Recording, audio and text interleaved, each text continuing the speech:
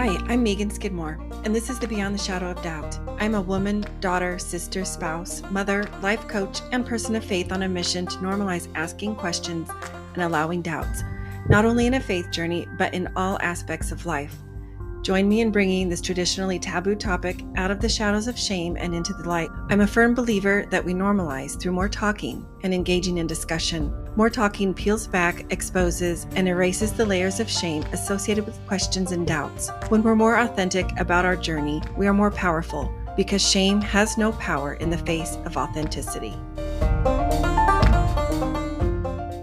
Come join me in Hopeful Spaces, a Dallas Hope Charities component of Hopeful Discussions, which is sponsored by Mercedes-Benz Financial Services USA. Hopeful Spaces is a monthly parent, caregiver, and ally support group facilitated by Meagan Skidmore Coaching. To join is free. Simply send an email to chc@dallashopecharities.org.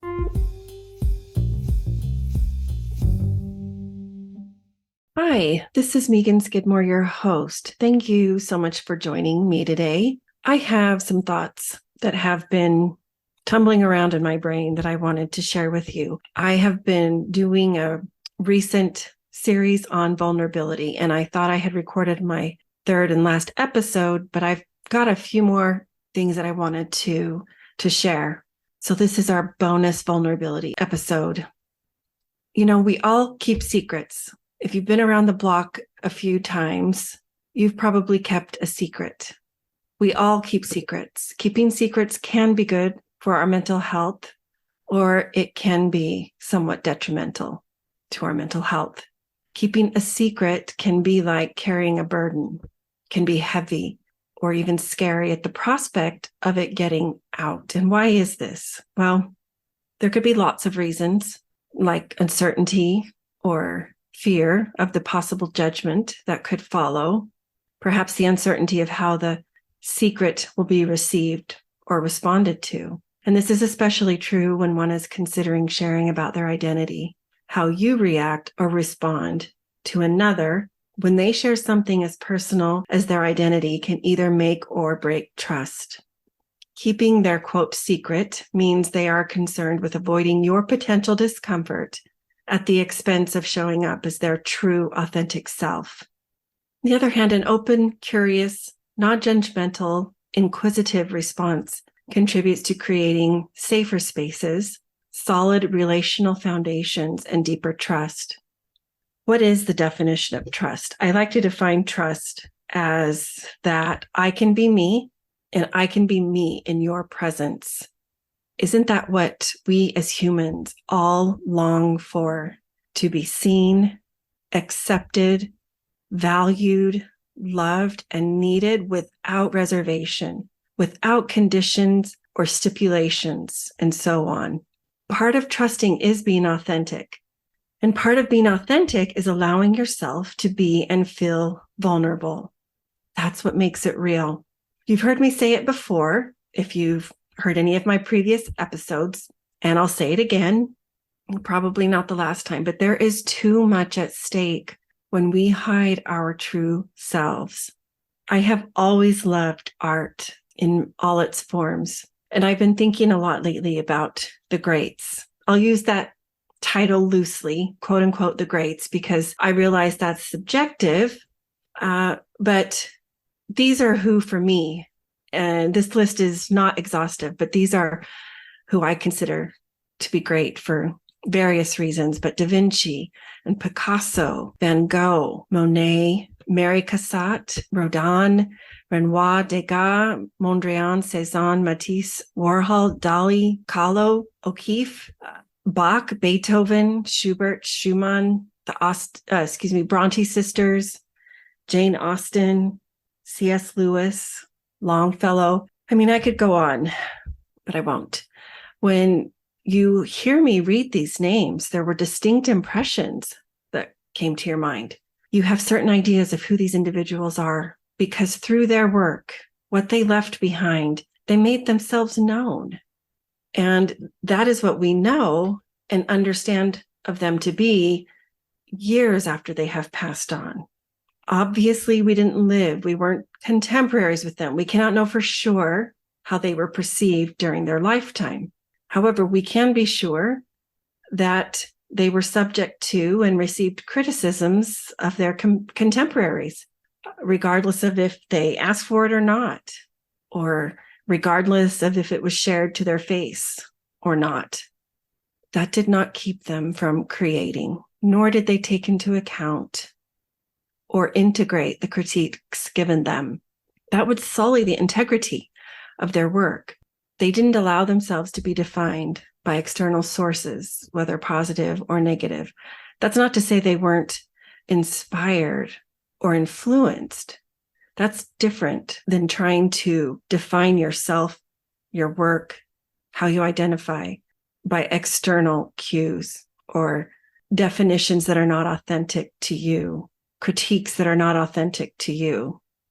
People can have their opinions, and it doesn't have to mean one single thing about you.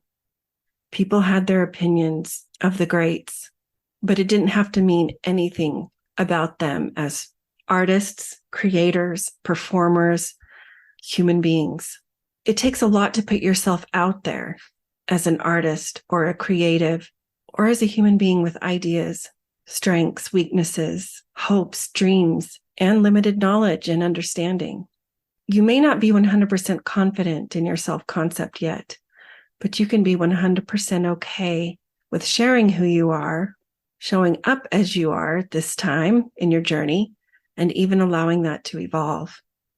When is the last time you asked yourself, who are you? No, I mean, really pause and ask, who are you really?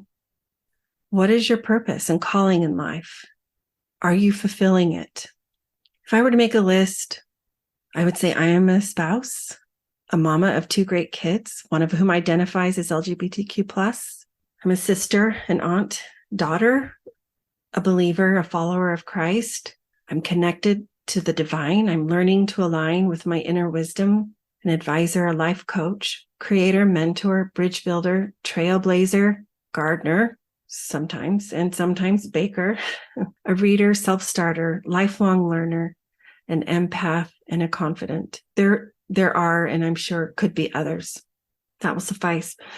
Ask yourself, what does your list say? Of course, it will be unique from mine or anybody else's. Each list will be different because God created nature and diversity and variety and so on. And I believe this was very much on purpose. Self-actualization isn't linear. Creating this list takes courage, unbridled permission to be you, radical self-love, uncaged thought, and sincere effort. It may require even more bravery to move forward, letting go of preconceived notions of who you, quote, should be, and ignoring external input while keeping your feet firmly planted in you, in your identity. This may be difficult to do in the beginning, but that is also where the fun starts. Having mental health support is a proactive approach to caring for your mental health. It builds your mental fitness and increases likelihood of positive life outcomes. This is where I come in. This is where I can help. Shoot me an email to hop on a call, to get started with your identity list or any other thing that you have need of or would like to get started on. Why not today? Thanks for joining me. Until next time.